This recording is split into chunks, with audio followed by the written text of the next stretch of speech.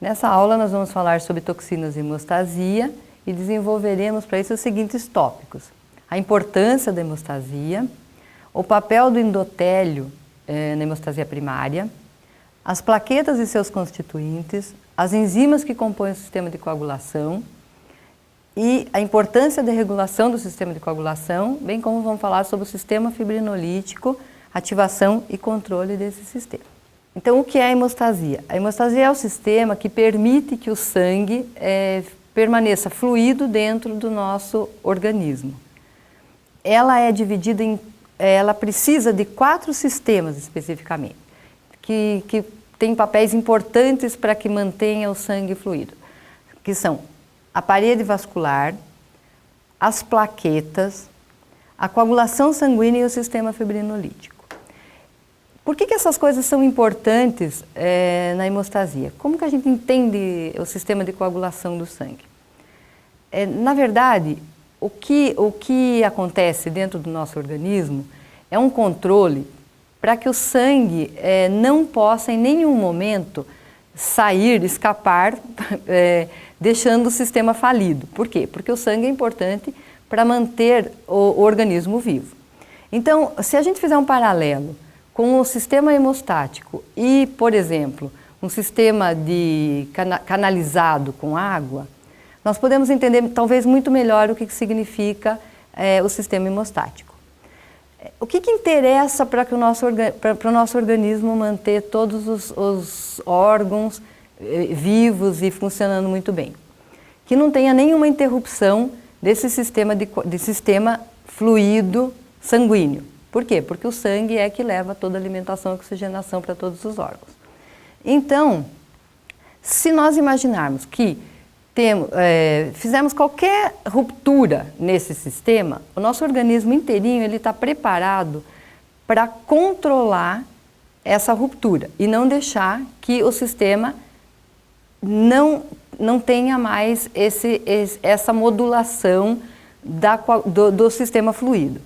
Então, como que nós podemos entender claramente o controle? Se nós fizermos, por exemplo, uma lesão, um corte na mão ou qualquer lugar do organismo, a primeira coisa que acontece é que os vasos tentam resolver o problema da forma mais rápida possível, como se fosse um vazamento de água muito pequenininho que a gente tem que tentar fazer um plug para eliminar esse sistema de vazamento.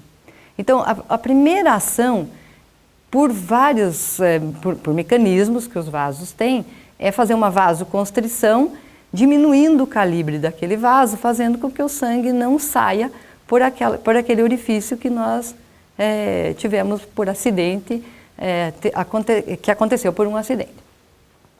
Em seguida, imaginando também um sistema aberto que tem um vazamento, o que a gente precisa fazer? A gente precisa pôr um plug para que aquela água, por exemplo, não saia pela ruptura que aconteceu num cano. Exatamente o mesmo sistema faz o nosso organismo.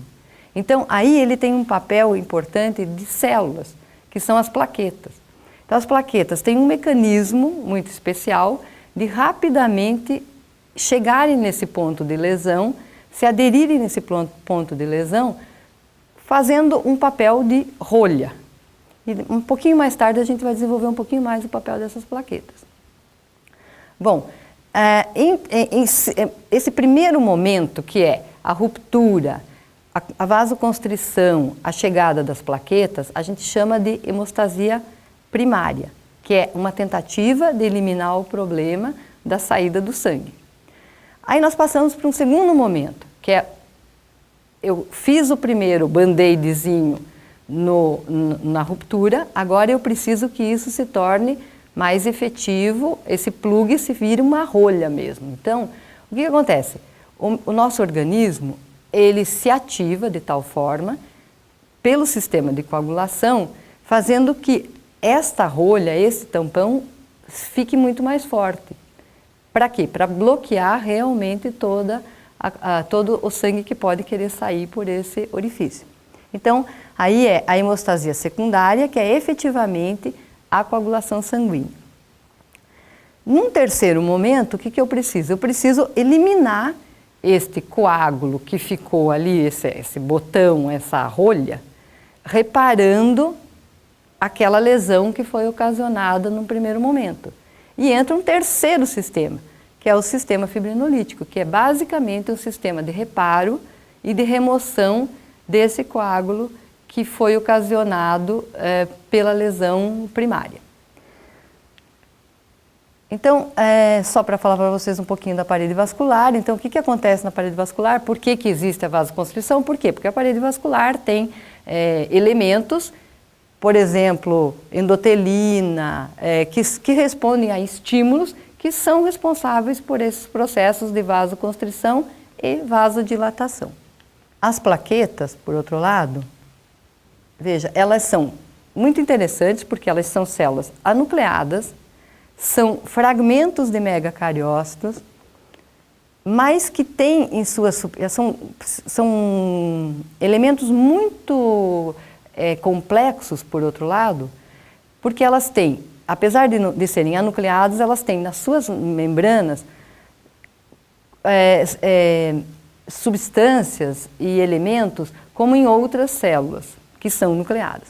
Então, por exemplo, ela tem esses sistemas de canais, sistemas caniculares abertos e densos, que são responsáveis pela conversa com o sistema externo.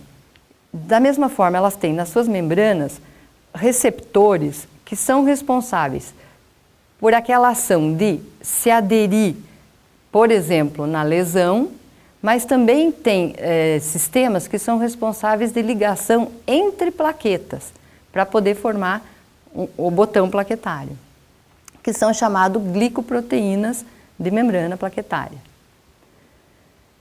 Também dentro dessas plaquetas existem grânulos que são muito importantes para fazer este processo de ativação da própria plaqueta para que ela exerça a função posterior, que é agregar entre elas, formando o plug especificamente.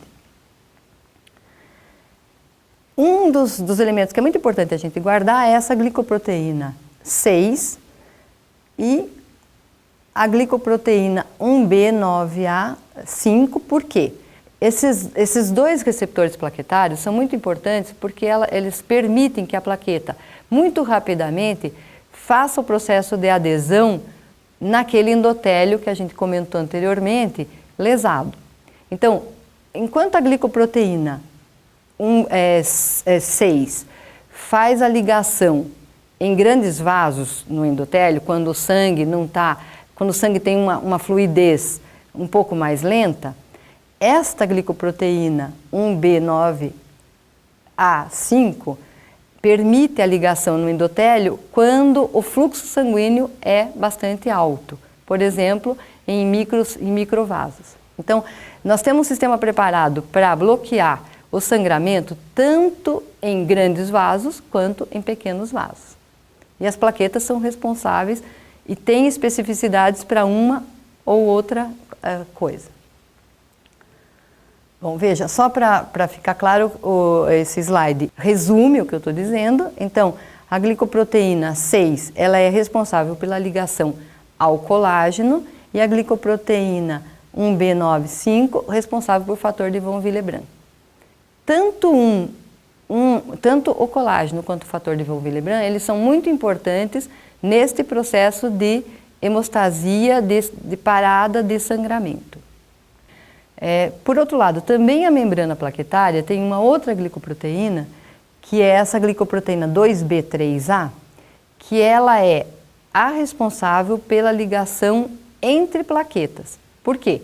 Porque nesse processo onde a gente tem um sistema aberto, que estaria o sangue saindo, não adianta eu ter apenas uma plaquetinha grudada ou aderida no endotélio. Eu preciso que várias plaquetas se adiram no mesmo lugar e formem esse botão. Então, essa glicoproteína 2B3A é que faz a ligação entre plaquetas.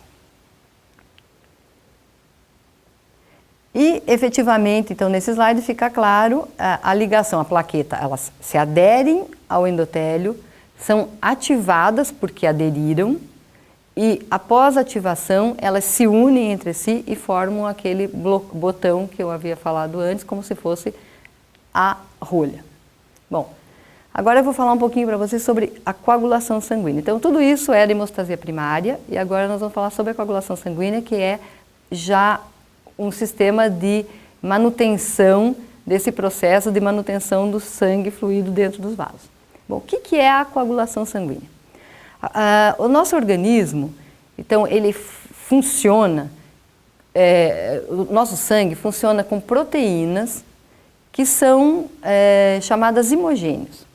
O que significa isso? Significa que são proteínas que estão circulando, não tem uma atividade nenhuma, mas estão ali funcionando como se fossem soldados prontos para uma batalha, se for necessário. Então, são imogênios, porém podem ser ativadas a qualquer momento e quando ativadas se tornam enzimas. Se tornam enzimas, então passam a ter um processo, podem ter um processo proteolítico. Quando que essas moléculas, essas proteínas de coagulação, que são chamados fatores de coagulação, se ativam? Se ativam naquele processo inicial que eu acabei de falar. Então, eu tenho uma lesão, quando eu tenho uma lesão, eu tenho uma exposição de superfície negativa no meu organismo. Por quê? Porque eu tenho exposição dessa molécula chamada colágeno. O fato de eu ter uma exposição de superfície negativa faz com que essas proteínas que estavam circulando, todas solúveis, passem por um processo de adesão naquela superfície negativa. No momento que elas se ligam à superfície negativa, elas se ativam e se transformam de desimogênio a enzima. Aí nós dizemos que a coagulação sanguínea é um processo em cascata e de proteólise limitada. O que significa isso? Significa que aquela enzima, a primeira que se transformou em enzima, passa a ter uma especificidade por um substrato, que é a outra dessas proteínas de coagulação que estão circulando, e específica, hidrolisa aquela segunda proteína, transforma a segunda também em enzima, que se liga a uma terceira e assim sucessivamente. Por isso nós chamamos de cascata da coagulação. E por que nós chamamos proteólise limitada? Porque elas atuam sobre esta segunda proteína de uma forma muito específica, num ponto daquela enzima, apenas liberando, modificando a forma e fazendo com que um sítio catalítico seja exposto para que se transforme em enzima. Então, por isso nós dizemos que é um sistema. Então, o sistema de coagulação é um sistema sentinela que, num momento de necessidade, se transforma num sistema ativo. Para quê? Novamente, para defender o organismo de um extravasamento de sangue. Aqui nesse slide fica resumido, então, a cascata da coagulação. Então, aqui nós dizemos que existem fatores via intrínseca, via extrínseca, é tudo didático isso, porque no momento que existe uma lesão, quer seja no subendotélio, quer seja uma lesão externa, esses sistemas são extremamente rápidos. Existe uma ativação por ambos os lados, na própria lesão, como pela exposição da superfície negativa. E o que acontece? Culmina com a ativação de um fator de coagulação que chama fator 10. E por que esse fator 10 é tão importante? Porque ele vem a ser o último dentro dessa cascata de ativação, capaz de ativar uma outra proteína que chama protrombina, transformando esta protrombina em trombina. Bom, trombina é a vilã do processo de coagulação, porque trombina é a enzima-chave do processo. E por que ela é tão importante? Porque ela é a única enzima neste processo que é capaz de transformar uma molécula que é solúvel, que é o fibrinogênio, que também é um fator de coagulação, numa molécula insolúvel, que é a fibrina. E por que isso é importante? Porque essa fibrina é que vai atuar como se fosse a cola naquela lesão que nós estamos falando. Então, vamos ter as células mais uma fibrina formando realmente uma rolha no sistema. Isso eu estou dizendo em termos hemostáticos. Claro que se eu tiver um processo com algum desbalanço, eu posso ter patologias como trombose, como hemorragia, que eu vou falar um pouquinho mais tarde para vocês. Bom, então, todas essas ligações que eu havia falado, que as moléculas vão chegando e vão se ativando no ponto da lesão, acontecem pela ligação a fosfolipídios das membranas que estão lesadas ou a próprio colágeno. E aqui tem um complexo que é muito importante, que a gente chama complexo tenase. E também a gente diz que a coagulação, hoje a gente entende a coagulação como um sistema que acontece pela interação com células, que é isso que eu acabei de dizer para vocês. Então nós temos a membrana de células, tem uma exposição de fosfolipídios, acontece a ligação de todos esses fatores a esses fosfolipídios ou a essas membranas celulares e a ativação do sistema, está ali o fator 10, se transformando em fator 10 ativado nesse complexo tenase que é ligado com aquela via que a gente chama extrínseca. O que é? Por que é extrínseca? É porque eu fiz uma lesão, expus a superfície negativa, uma lesão visível. Por outro lado, existe o complexo intrínseco, então, tenase, acontece a mesma coisa, vejam, os fatores de coagulação começam com o fator 12 e também se liga nessa superfície negativa, transformando o fator 10 em fator 10 ativado.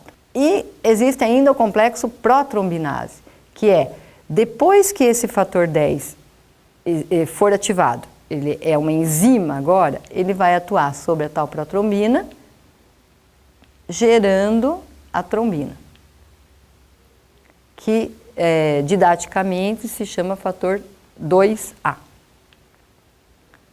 Bom, e por que essa trombina é tão importante? Porque, como eu disse para vocês, a trombina é a enzima-chave do processo, mas ela não atua apenas na coagulação, ela atua em vários receptores outros celulares, de outras células diferentes que os elementos de coagulação, mas ela, além dela ser uma enzima que vai diretamente transformar o fibrinogênio em fibrina, ela também faz todo o feedback do sistema. Ela é capaz, em pequenas quantidades, ativar novamente os fatores de coagulação, transformando isso num sistema altamente ativo.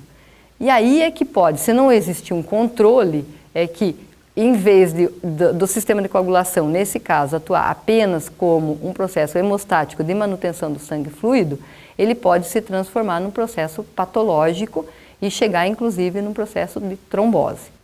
É muito interessante entender como que a trombina atua na molécula de fibrinogênio.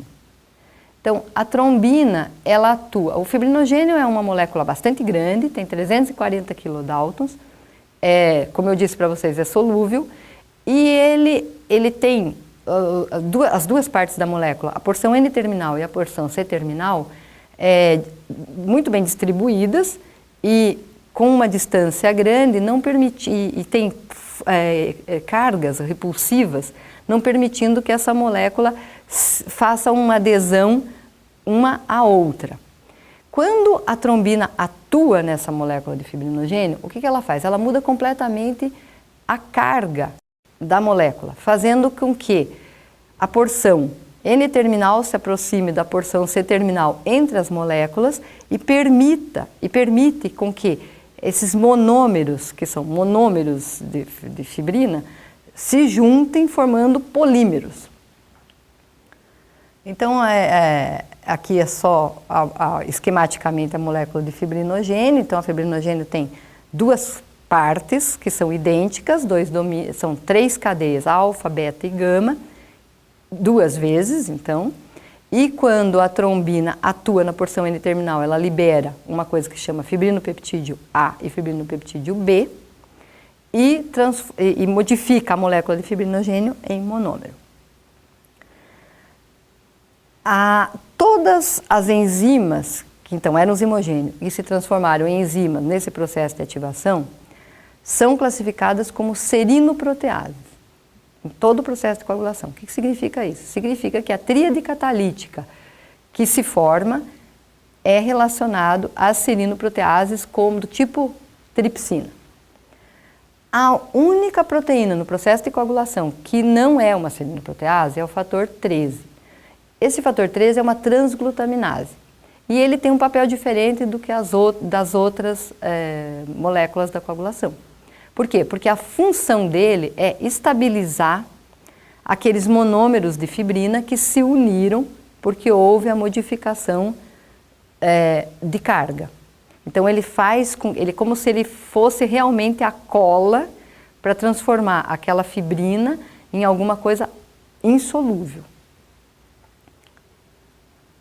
Bom, então o processo culmina com essa formação de monômeros de fibrina ligados pelo fator 13. Então nós temos aí uma malha de fibrina muito bem estabelecida.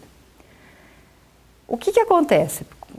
Nós não podemos manter na nossa hemostasia normal, na hemostasia que é normal, nós não podemos manter um coágulo dentro dos nossos vasos. Por quê? Porque funcionaria como se fosse uma bola de neve. Por todas essas características, haveria muito mais ativação e o nosso sistema ficaria todo entupido. Por quê? Porque as moléculas seriam novamente ativadas, juntadas e assim formaria um grande coágulo. Por isso que o sistema tem um outro mecanismo, que é o de eliminação desse coágulo, que chama o sistema fibrinolítico. Novamente, sistema fibrinolítico igualzinho ao sistema de coagulação, são proteínas que estão circulando na forma solúvel e, novamente, são numa forma de sentinela. No momento que eu tenho a formação de um coágulo, esse sistema também se ativa e aquelas proteínas, que eram apenas proteínas, se transformam em enzimas. Então, basicamente, para a gente entender o sistema fibrinolítico, é importante saber que existem uma proteína que chama plasminogênio, N significa zimogênio, que é ativada por ativadores de plasminogênio, que pode ser, por exemplo, o TPA, e esta ativação basicamente é uma hidrólise do plasminogênio se transformando em plasmina. Daí, da mesma forma que a trombina era a enzima-chave do processo de coagulação, aqui a plasmina é a enzima-chave no processo de fibrinólise. Por quê? Porque é ela que vai degradar aquela fibrina, então insolúvel, que se formou no processo anterior, e gerando fragmentos que são depurados do sistema. Bom, nós falamos que a fibrinólise é um sistema in situ, ela só ocorre se existir o coágulo formado. Por quê? Porque o sistema é tão inteligente que essas proteínas do sistema fibrinolítico, elas só vão se ligar numa fibrina que já estiver formada, senão elas não vão existir. Bom, então elas vão se ligar na fibrina, vão degradar essa fibrina e vão eliminar o coágulo, restabelecer o fluxo sanguíneo e a hemostasia vai se refazer, num momento que estivesse impedido de alguma forma. Bom, de qualquer forma, eu não posso ter nem trombina livre, nem plasmina livre no meu sistema. Por quê? Porque são enzimas que poderiam estar atuando de uma forma deletéria para o sistema normal. Então, eu preciso, em todo esse sistema, uma modulação com inibidores. Então, à medida que essas enzimas se formam, cumprem o seu papel, elas são eliminadas por um sistema de inibidores. Então, aqui é só esquematizando, mostrando o final, né? Então, é um TPA ativando um plasminogênio em plasmina, que é capaz de degradar essa malha de fibrina e gerando fragmentos, que a gente chama fragmentos de fibrina. E com isso, então, eu gostaria de completar a aula, mostrando para vocês algumas referências que vocês poderiam utilizar para entender esse sistema. Então, basicamente, o que precisa ficar guardado dessa aula? Que a hemostasia é um sistema para manutenção do nosso sangue fluido, ela precisa, de respostas de vasos, de plaquetas, do sistema de coagulação e do sistema fibrinolítico. Tudo isso funciona em harmonia, controlado por moduladores que basicamente são inibidores no sistema. Qualquer coisa que possa desbalançar, ou por alguma deficiência, ou por superativação, ou por fatores exógenos, esse sistema, nós podemos levar então para uma patologia ou duas patologias. Então, uma das patologias, dependendo do descontrole, pode ser trombose e a outra deficiência pode ser hemorragia. Então, isso nós vamos falar na próxima aula.